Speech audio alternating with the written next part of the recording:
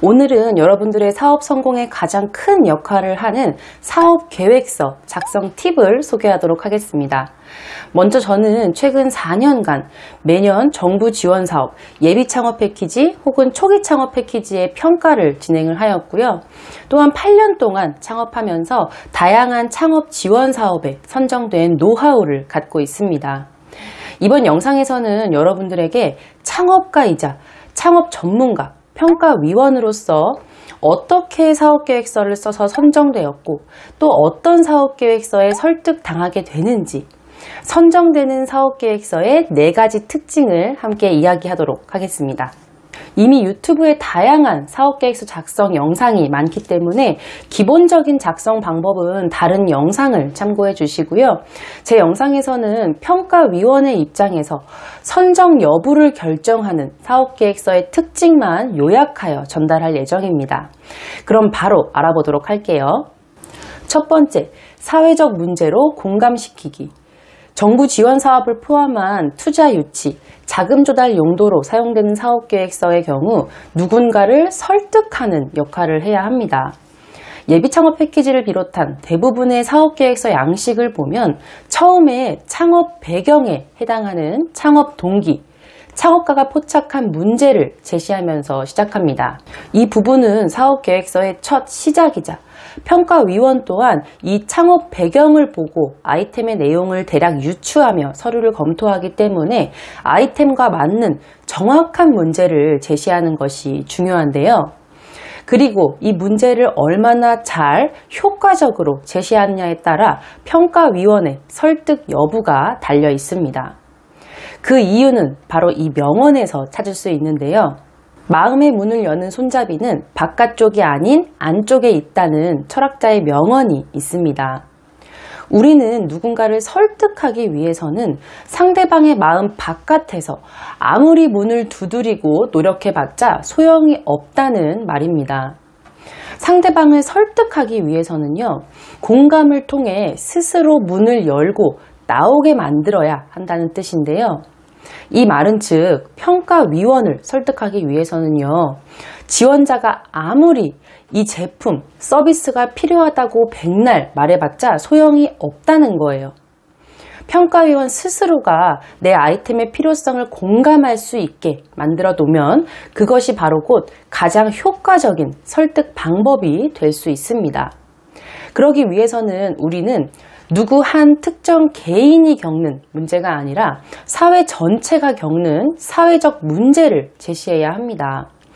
제가 창업한 아이템, 분실 방지용 화장실 선반, 잠금장치 또한 제가 직접 겪은 분실 문제에서 아이템이 시작됐지만 3,100개의 창업팀이 참가한 대회에서 큰 성과를 만들 수 있었던 결정적인 설득 포인트는 화장실 분실 문제가 특정 개인이 겪는 문제로 끝나는 것이 아닌 분실로 인해 발생하는 불필요한 사회적 비용, 그리고 분실물로 인한 개인정보 유출 등의 사회적 문제를 공감시키는 그런 전략을 세운 덕분이었습니다. 정부 지원 사업을 받고 싶어 하는 창업가는 매우 많죠. 하지만 자금은 한정되어 있습니다. 그렇다면 정부 입장에서는 수많은 스타트업 중에서 우리가 지원을 했을 때 해당 기업이 성장하면서 동시에 사회에 긍정적이고 좋은 영향을 주는 그런 창업 기업을 지원할 확률이 높은 것입니다. 우리는 사업계획서에 반드시 사회적 문제를 해결하려는 ESG 전략을 선택이 아닌 필수로 넣어야 합니다. 그리고 그것이 곧 정부 지원 사업을 넘어 투자 유치, 그리고 고객의 선택까지 받을 수 있는 것입니다. 이처럼 우리는 첫 창업 배경에서 사회적 문제를 제시해야 하는 것과 그리고 가장 중요한 심사위원의 공감을 이끌기 위해서는 이것이 얼마나 큰 사회적 문제인지를 보여줄 수 있는 기사나 통계 데이터를 활용하여 시급성과 중요성을 전달하는 것이 필요하다는 걸 기억하고 사업계획서에 담아야 합니다. 이 사진만 봐도 빨리 해결되어야 할 중요한 문제로 느껴지지 않나요? 이것처럼 문제가 잘 드러날 수 있는 사진, 통계 등을 활용한 공감 이끌기가 첫 번째 특징입니다. 두 번째, 시장이 원하는 아이템으로 만드는 실행력 보여주기. 우리가 사업계획서에서 보여줘야 할 것은 창업가가 얼마나 위험 요소를 줄여가며 스마트하게 아이템을 실행해 나갈 것인지를 보여줘야 합니다. 그냥 실행력만 보여줘서는 안 돼요. 그런데 정말 아쉽게도 이 실행력조차 담기지 않은 사업계획서가 너무나 많습니다. 창업가는 발로 뛰면서 아이템을 검증해야 하는데 책상에만 앉아서 작성한 것처럼 보이는 사업계획서가 있어요. 시장 검증은 제대로 하지도 않은 채 3천만 원을 들여서 앱 개발부터 하겠다는 그런 사업계획서를 보면 너무나 안타깝습니다. 우리는 발명이 아닌 창업을 하는 것이기 때문에 철저히 시장이 원하는 아이템을 만들어 가겠다는 그런 전략을 보여줘야 합니다. 지난 영상에서도 말했듯이 스타트업이 실패하는 가장 큰 이유가 바로 시장이 원하지 않는 아이템을 만들었기 때문입니다. 우리는 성공하기 위해 철저히 시장이 원하는 아이템을 연구하고 만들어 가야 하는 것입니다. 그리고 그것이 사업 계획서에도 담겨 있어야만 하는 거예요. 많은 분들이 아시는 유니콘 기업인 야놀자의 사례를 한번 볼까요? 야놀자는 처음부터 앱 서비스로 만들어진 것이 아닙니다. 모텔 투어라는 인터넷 카페, 커뮤니티에서 시작하여 아이템의 수요를 파악하였고 이를 기반으로 앱 서비스가 만들어진 것입니다. 우리도 이처럼 내 아이템과 관련된 컨텐츠, 정보를 제공하는 컨텐츠 마케팅을 통해 먼저 고객을 모으고 나아가 그들이 원하는 니즈를 기반으로 아이템을 실행해야 하는 것입니다. 처음부터 완성된 제품, 서비스를 만드는 것은 가장 위험합니다.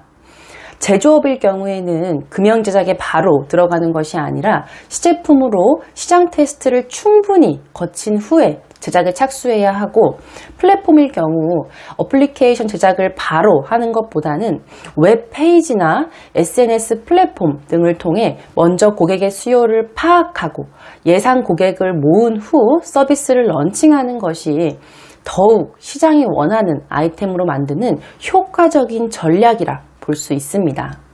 우리는 사업계획서에 어떻게 고객이 원하는 아이템으로 만들어 나갈 것인지에 대한 발로 뛴 경험, 그리고 발로 뛸 그 실행력을 보여주는 것이 설득력 있는 생생한 사업계획서의 두 번째 특징이라고 볼 수 있습니다.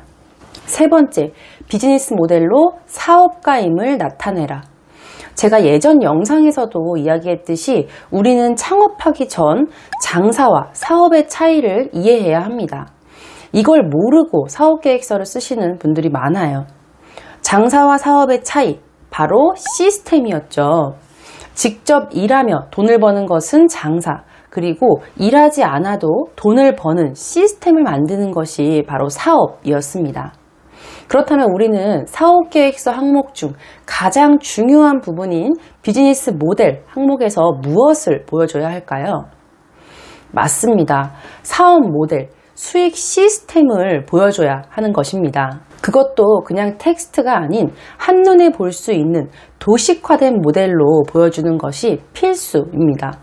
말 그대로 사업 모델, 이 비즈니스 모델만 보더라도 사업을 어떻게 할 것인지 알 수 있어야 하는 것인데요.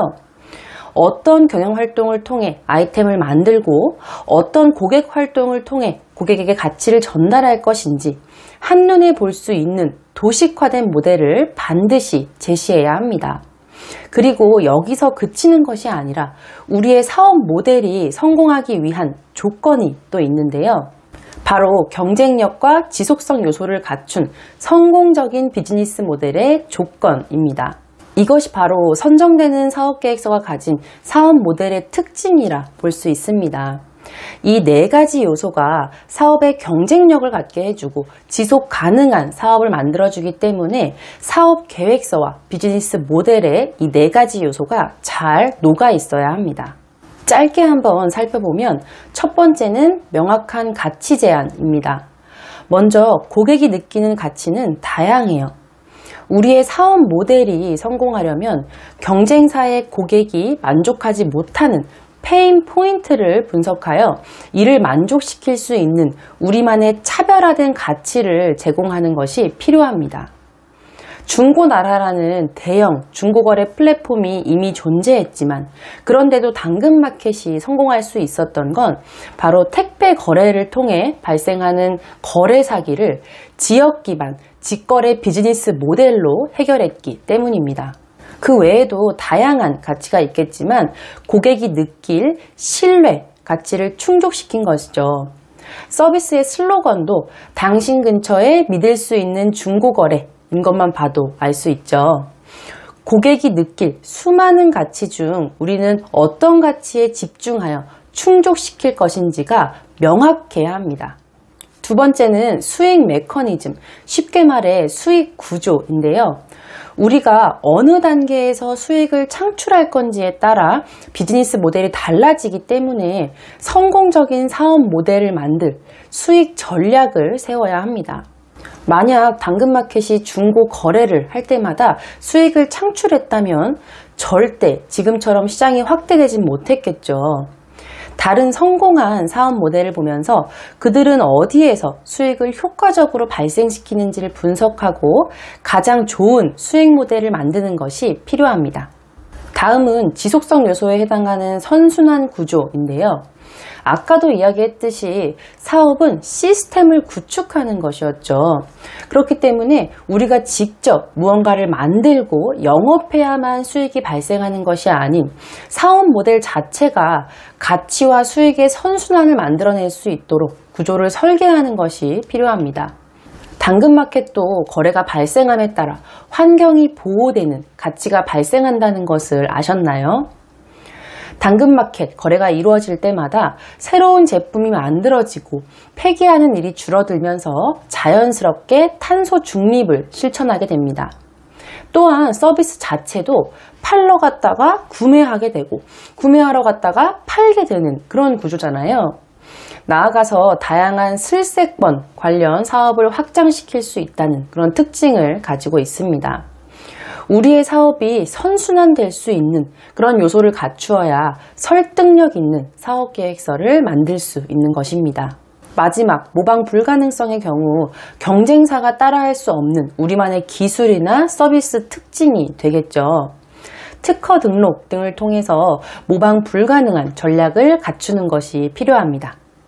이처럼 사업 모델을 한눈에 이해할 수 있도록 비즈니스 모델을 도식화하는 것, 그리고 성공적인 비즈니스 모델의 요건을 모두 갖추는 것이 선정되는 사업계획서가 가진 세 번째 특징이었습니다. 마지막 네 번째 특징, 창업가의 역량으로 마무리 도장 찍기. 사업계획서를 통해 우리가 전달해야 할 것은 크게 두 가지입니다. 첫 번째는 왜 이 아이템이 필요한지를 설득해야 해요. 그러기 위해서는 창업가가 자신이 해결하려고 하는 문제와 그 방법을 잘 전달하는 것이 필요하겠죠. 그 다음 두 번째는 바로 왜 내가 이 아이템을 사업화해야 하는지, 할 수 있는지를 설득해야 합니다. 이 부분이 굉장히 중요한 부분이에요. 제가 평가를 할 때 사업계획서를 보면 아이템에 대한 이야기만 주구장창 하다가 마지막에 창업가나 팀 소개는 스치듯이 잠깐 하고 끝나는 경우가 많거든요. 그런데 마지막에 창업가와 팀 소개 항목이 있는 이유가 다 있습니다. 쭉 아이템에 대해 실컷 설명하고 마지막에 창업가가 가진 역량이 제대로 전달되지 않는다면 평가위원은 아이템에 대한 공감만 할 뿐 선정까지 이어지지 못하게 되는 거예요. 창업가가 관련 분야의 경험과 지식이 없다면 실현 가능성이 있는 아이템으로 보기 어렵기 때문입니다. 우리는 마지막에 혹은 필요에 따라 사업계획서 중간중간에도 내가 얼마나 해당 아이템과 관련하여 경험과 지식, 전문성을 갖추고 있는지, 시장의 기회와 위험을 어떻게 잘 포착하고 피해갈 것인지, 왜 내가 이 사업을 해야 하는지를 충분히 설득하고 전달해야 합니다. 예전 영상에서도 제가 이야기했지만 창업기업의 경우 평가할 수 있는 자산이나 매출이 없기 때문에 이 사업을 이끌어 나갈 창업가가 곧 평가 대상이 될 수밖에 없습니다. 내가 얼마나 많은 역량을 가졌는지, 그리고 나에게 부족한 역량을 어떻게 팀 구성을 통해 해결했는지를 마지막에 잘 보여주는 그런 사업계획서가 실현 가능한 사업계획서로 선정까지 이어진다는 걸 꼭 기억하시고 평가위원을 설득하시길 바랍니다. 지금까지 평가위원을 설득하는 사업계획서의 4가지 특징에 대해 알아봤는데요. 가장 중요한 건 제가 예전에도 이야기했듯이 커뮤니케이션 능력, 사업계획서에서도 빠질 수 없습니다. 다 작성한 후에는 지원자가 아닌 스스로 평가위원이 되어 한번 자신의 사업계획서를 평가해보는 것도 추천해 드릴게요. 내가 과연 내 아이템을 처음 보는 사람의 입장에서 이해하기 쉽게 작성하였는지, 그리고 많은 사업계획서를 짧은 시간 안에 평가해야 하는 사람의 입장에서 다양한 그래프와 도식화된 이미지를 사용하여 아이템을 잘 전달했는지 등을 체크하며 커뮤니케이션 능력까지 보여줄 수 있는 그런 사업계획서를 만들어 가시길 바라겠습니다. 오늘 영상 끝까지 봐주셔서 감사드리고요. 다음 영상에서도 유익한 경험과 지식을 나누도록 하겠습니다.